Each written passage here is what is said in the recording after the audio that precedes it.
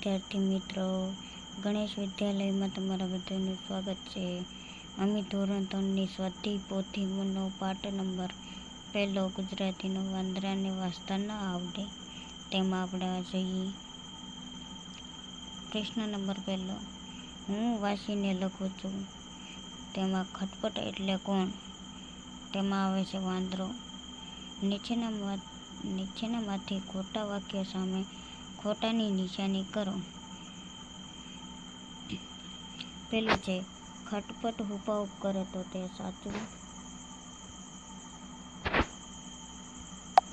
ને ખટપટ આખો દિવસ ઊંઘ્યા કરે તો તે ખોટું આવે. ખટપટ ઝાપડા ઉપર બેસવું ગમે તે પણ ખોટું આવે. ખટપટ એક ઝાડની બીજા ઝાડ પર જાય તે સાચું આવે. પ્રશ્ન નંબર 3, નમૂના મુજબ ખાલી જગ્યાઓ પૂરો. તેમાં પહેલો, ઠંડી તો શિયાળો, વરસાદ તો ચોમાસું, ગરમી તો ઉનાળો આવે. વૃક્ષ માટે વાર્તામાં કયો શબ્દ વપરાયો છે? તો ઝાડ શબ્દ વપરાયો છે. તમને ઠંડી લાગે ત્યારે શું કરો છો? તો સ્વેટર, મફલર, ટોપી, ગરમ કપડાં પહેરીએ છીએ. પ્રશ્ન નંબર 2, હું ગીત ગાતા લખું તો.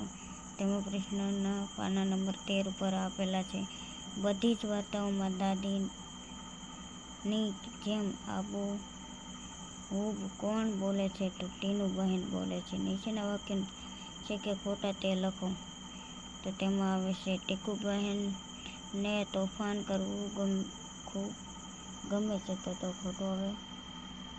ટીકુ બહેન સાથે મમ્મી પપ્પા પણ વાંચે છે તો તે સાચું આવે છે.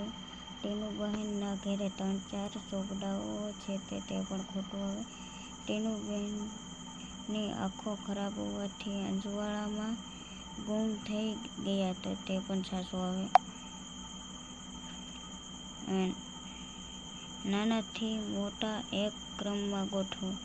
તો પહેલામાં આવે છે ટીકુ, બીજામાં આવે છે મમ્મી પપ્પા ને ત્રીજામાં આવે છે દાદી. લખો જેને રંગ હોય તે રંગીન, તો જેને શોખ હોય તે તો શોખીન આવે તેમાં. પછી અંધારાનો વિરુદ્ધાર્થી શબ્દ ગીતમાંથી શોધીને લખો. તો તેમાં આવે અજવાળું. મારા શોખ વિશે 5 વાક્ય લખો. તેમાં પહેલા, મને ફરવાનો શોખ છે.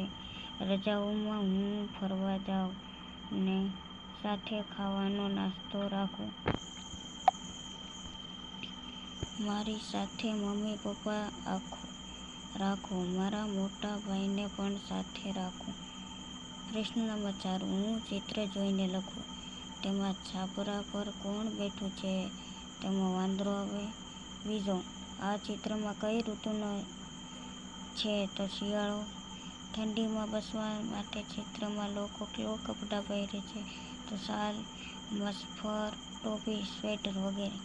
લોકોના લાકડા સળગાવવાની તેની ફરતે શા માટે બેઠા હશે? તો ઠંડી લગાડવા. જવાબ આવે છે ડ. હવે લીલો ચિત્રમાં કયા રંગ પૂર્યા છે? તો લીલો, ગુલાબી, કથ્થાઈ, જાંબુડી અને વાદળી વગેરે. ચિત્રમાં બતાવ્યા સિવાય બીજી કઈ રીતે ઠંડી ભગાડી શકાય? તો ઘર, બારી, દરવાજા બંધ કરીને. ચિત્રના આધારે નીચેના શબ્દ વિચારો ને લખો. તેમાં આવે છે છોકરું, ટોળું, વાંદરું, મફલર, ઝાડ ને લાકડા. ચિત્રમાં માણસોને જોઈને ખટપટ ઠંડી લગાડવાનું વિચારી રહ્યો છે. તો ઝાડ શું વિચારી રહ્યો છે? તો આ લોકો મારી નજીક આવી તાપણું કરે તો મને પણ ઠંડીથી રક્ષણ મળે. પ્રશ્ન નંબર 5, હું બનાવું.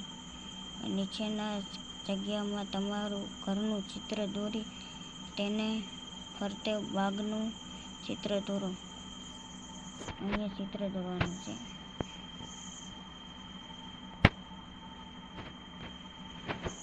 ચિત્ર દોરી નાખો અને તમારા ઘરનું તમે દોરેલા ચિત્ર વિશે લખો. તો આ મારા ઘરનું ચિત્ર છે. મારું ઘર સુંદર છે. મારા ઘરની પાછળ ખેતરો છે.